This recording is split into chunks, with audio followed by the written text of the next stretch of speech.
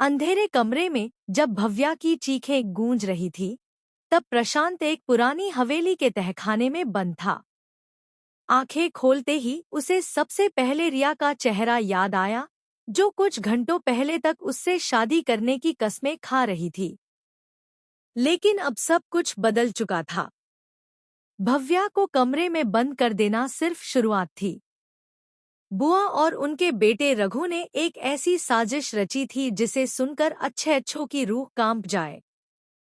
दरअसल प्रशांत की विरासत, करोड़ों की प्रॉपर्टी, कई विदेशी कंपनियों में हिस्सेदारी और पुश्तैनी हवेली, बुआ किसी भी हाल में अपने बेटे के नाम करवाना चाहती थी।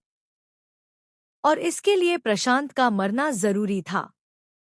भव्या, जो प्रशांत से बेपनाह मोहब्बत करती थी, यह सब जान चुकी थी। दरवाजा तोड़ने की कोशिश में उसके हाथ लहूलुहान हो गए थे, लेकिन उसकी हिम्मत नहीं टूटी। उसी वक्त कामवाली लक्ष्मी ने चुपके से उसे एक चाबी थमाई और कहा, भाग जा बेटी, तू ही उसका आखिरी सहारा है। भव्या ने चाबी ली।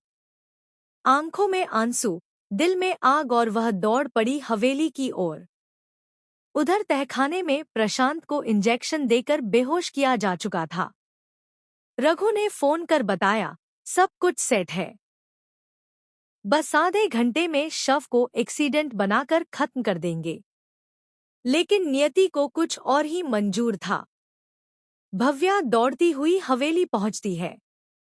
गेट पर पहरेदारों से भिड़ती है। खून से सना हुआ उसका चेहरा और आंखों की पागलपन भरी चमक देखकर सबके होश उड़ जाते हैं। कोई उसे रोक नहीं पाता। वह सीधे तहखाने की तरफ दौड़ती है, जहां प्रशांत की धड़कनें मंद पड़ रही थी। प्रशांत, उठो, देखो मैं आ गई हूं। तुम्हें कुछ नहीं होने दूंगी, भव्या चिल्लाती है और उसके सीने पर हाथ रखकर रोने लगती है। तभी पीछे से आती है रिया। उसके हाथ में पिस्तौल होती है। भव्या, तुमने क्या समझा? मैं बेचारी हूं। मैं इस साजिश की रानी हूं। बुआ को मैंने ही उकसाया, प्रशांत को बेहोश किया, और अब मैं ही उसे मारने जा रही हूं। भव्या का दिल टूटता है, लेकिन वह हार मानने वालों में से नहीं होती। तू तो कहती थी तू प्रशांत से प्यार करती है। रिया हंसती है, प्यार? मुझे सिर्फ उसके पैसे से प्यार है। और वैसे भी उसका दिल तो तुम ले गई थी। अब उसके दिल को हमेशा के लिए रोक देना ही बेहतर है। रिया पिस्तौल चलाने ही वाली होती है कि तभी पीछे से कोई जोरदार धक्का देता है। रिया गिरती है और उसका पिस्तौल दूर जा गिरता है। सामने खड़ा होता है प्रशांत। हाँ, प्रशांत। वह बेहोश नहीं था। उसने सब सुन लिया था और अब उसकी आंखों में नफरत, क्रोध और दर्द का तूफान था। रिया, तुम्हें जेल में सड़ना चाहिए। और बुआ को भी। तुम दोनों ने जो किया है, उसकी सजा कानून देगा। भव्या और प्रशांत एक दूसरे की ओर देखते हैं। लेकिन कहानी अभी खत्म नहीं हुई। जैसे ही पुलिस आती है और बुआ, रघु और रिया को गिरफ्तार करती है, एक और धमाका होता है।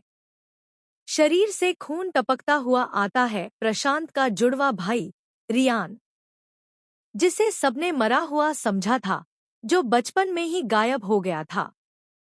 भाई, ये सब ड्रामा मैंने ही शुरू करवाया था, क्योंकि ये सब मेरी ही विरासत थी। भव्या और प्रशांत के होश उड़ जाते हैं। रघु, रिया और बुआ मेरे मोहरे थे। मैंने ही उन्हें उकसाया। लेकिन मुझे भरोसा नहीं था कि तुम बच जाओगे। अब मैं खुद तुम्हें खत्म करूंगा और सब कुछ मेरा होगा। रियान पिस्तौल निकालता है, लेकिन भव्या तुरंत अपनी घड़ी तोड़कर उसके हाथ पर मारती है। प्रशांत उससे भिड़ जाता है। दोनों के बीच जबरदस्त लड़ाई होती है। पुलिस फिर से हस्तक्षेप करती है और